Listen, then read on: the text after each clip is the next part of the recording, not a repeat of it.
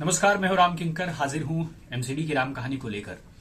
देखिए, राजधानी दिल्ली में दिल्ली नगर निगम का हाल लगातार अपने वीडियो के माध्यम से आपको बताता रहता हूं। लेकिन इन सब के बीच बहुत सारे ऐसे तकरीबन 70,000 कर्मचारी हैं एमसीडी के, जिनकी पेंशन और जिनके वेतन को लेकर के जो मामला है पिछले कई सालों से लंबित है। और बाकायदा हाईकोर्ट की टिप्पणी अक्सर मैं आपको बताता रहता हूं कि क्या कुछ हुआ। इस पर हाईकोर्ट ने बड़ी सख्त टिप्पणी की इस बार।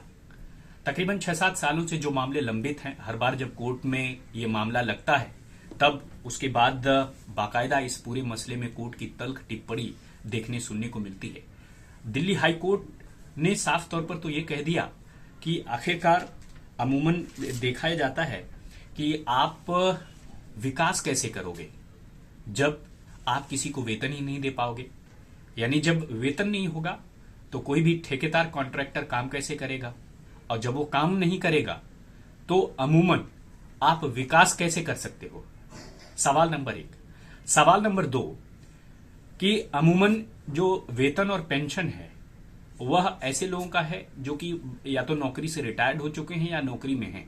वह हर बार कोर्ट का रुख नहीं कर सकते और आप वेतन या पेंशन उन्हें दे नहीं पा रहे हो। तो ऐसे में तमाम जो गरीब हैं उनको किसी तरह से बांध कर रखा नहीं जा सकता। कोर्ट ने तो यहां तक तल्ख टिप्पणी कर दी कि आप ये दान पुण्य या परोपकार की बात कोई नहीं कर रहे हो, ये वैधानिक आप बकाया दे रहे हो, आप टाइम से क्यों नहीं दे पा रहे, और जब आप टाइम से नहीं दे पा रहे हो तो आपको बने रहने का क्या हक है। आप बींग संस्था होते हुए अच्छे से वर्क नहीं कर पा रहे हो तो आपको रहने का क्या अधिकार है।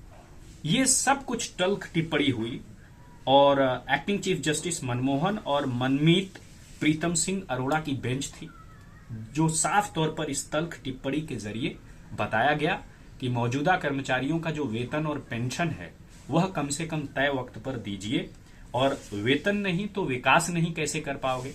तो अभी ये सुनना था कि एमसीडी के वकील ने कहा कि देखिए, जब से यह दिल्ली नगर निगम एक हुआ है तब से मामला काफी सुधरा है, बैकलॉग कम है, और हम जनवरी महीने तक का वेतन और पेंशन तो दे चुके हैं, लेकिन आने वाले वक्त में जो मार्च है उसका पेंशन और वेतन फरवरी के मार्च का जो वेतन और पेंशन है वह जो है फरवरी का मार्च के महीने में 8-10 दिनों में रिलीज कर दिया जाएगा। ऐसा एमसीडी के वकील ने हाईकोर्ट के सामने टिप्पणी की। लेकिन अगर आप आंकड़े देखेंगे तो आपको पता लगेगा कि तकरीबन अभी तक की जो स्थिति है, तकरीबन सेंट्रल मध्य जोन और तकरीबन 3 जोन में ही सैलरी मिल पाई है, बाकी जोनों की बकाया है। तो ऐसे में जनवरी फरवरी का जो बैकलॉग है वो अभी भी है। और एक आंकड़ा ये कहता है कि तकरीबन 70,000 एमसीडी के कर्मचारियों को वेतन और पेंशन दिया जाना है, और ये जो बकाया बैठता है वो तकरीबन 10,000 करोड़ का बैठता है। और दूसरा, तीसरे, चौथे और 5वें वित्त आयोग में दिल्ली सरकार को एमसीडी को जो पैसा देना है वो बकाया तकरीबन 25,000 करोड़ रुपए का है, और एमसीडी को अपने ठेकेदारों और दूसरे तमाम लोगों को जो बकाया पैसे देने हैं वह आंकड़ा 20,000 करोड़ रुपए का है। तो आखिरकार ये कैसे मिलेगा और ये सब कुछ कब मिलेगा, और सबसे बड़ी बात, इस तरह की स्थिति कब तक होती रहेगी, यह साफ तौर पर पूछा है कोर्ट ने। अब अगली सुनवाई जो है वो 28 मार्च 2024 को है। तो अब 28 मार्च 2024 को जब अगली सुनवाई होगी तब तक अगर पेंशन नहीं मिल पाती है तो कोर्ट की तल्ख टिप्पणी होगी। तो क्या उस वक्त कोर्ट करेगा, ये तो मैं अभी से कैसे बयान कर सकता हूं। आगे कोर्ट की सुनवाई में ये साफ तौर पर होगा। लेकिन अगर देखा गया कि एमसीडी को भंग करने की बात जैसे लगातार कह रहा है दिल्ली हाई कोर्ट, तो अगर कुछ इसी तरह की स्थिति आती रही तो भंग करने की सिफारिश वो कर सकता है केंद्र सरकार से। और दूसरी सबसे खास बात, दिल्ली अधिनियम यानी दिल्ली डीएमसी एक्ट है, या आप जो कह सकते हैं दिल्ली कॉरपोरेशन एक्ट का है, जो इसमें 490 इसकी धारा है, वो साफ तौर पर कहती है डिसोल्यूशन ऑफ अ कॉरपोरेशन। ये कैसे हो सकता है, तकरीबन 304 चीजें हैं। तो डिसोल्यूशन किया जा सकता है केंद्र सरकार की तरफ से, लेकिन यह भंग करने की जो कार्रवाई है उसको करने से पहले पार्लियामेंट के राज्यसभा और लोकसभा में इसको लाया जाएगा और साथ ही साथ दिल्ली सरकार के दिल्ली विधानसभा में इस पक्ष को रखना पड़ेगा। और जब ये भंग हो जाता है तो तकरीबन 6 महीने के अंदर में जो है एक नया इलेक्शन कराना पड़ेगा। तो ये सब कुछ लिखा हुआ है 490 डिसोल्यूशन ऑफ अ कॉर्पोरेशन, यह जो है दिल्ली नगर निगम एक्ट की धारा है। और साफ तौर पर यह दिखाई देता है कि जो इसका जो दूसरा उपधारा है वो कहती है कि all councillors shall on the date of dissolution vacate their office as such councillors and the persons referred to in clause B of subsection 3 of section 3 shall cease to represented in a corporation। यानी जो अगर निगम भंग हो जाता है तो जो corporation है उस कॉरपोरेशन के ऑफिस बेयरर्स को यानी जो निगम पार्षद हैं उनको अपने ऑफिसेस को वैकेट करना पड़ेगा। All property vested in shall until its reconstituted vest in the central government. Central government एकाधिकार के अंतर्गत ये सारा काम करेगा। An order of dissolution made under this section, together with a statement of the reasons, therefore shall be laid before each House of Parliament and Legislative Assembly of National Capital Territory of Delhi as soon as may be after it has been made। जैसा मैंने आपको बताया। और दूसरी जो इसका 490 की धारा का ए सेक्शन है वो क्या कहता है?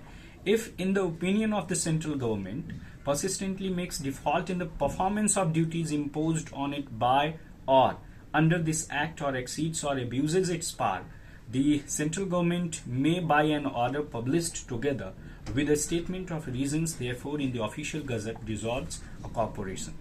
तो ये सारी चीजें हैं और सबसे खास बात यही है कि परफॉर्मेंस, यानी आप वेतन दे नहीं पा रहे हो और वेतन बकाया है, 20,000 करोड़ से ऊपर की देनदारी है।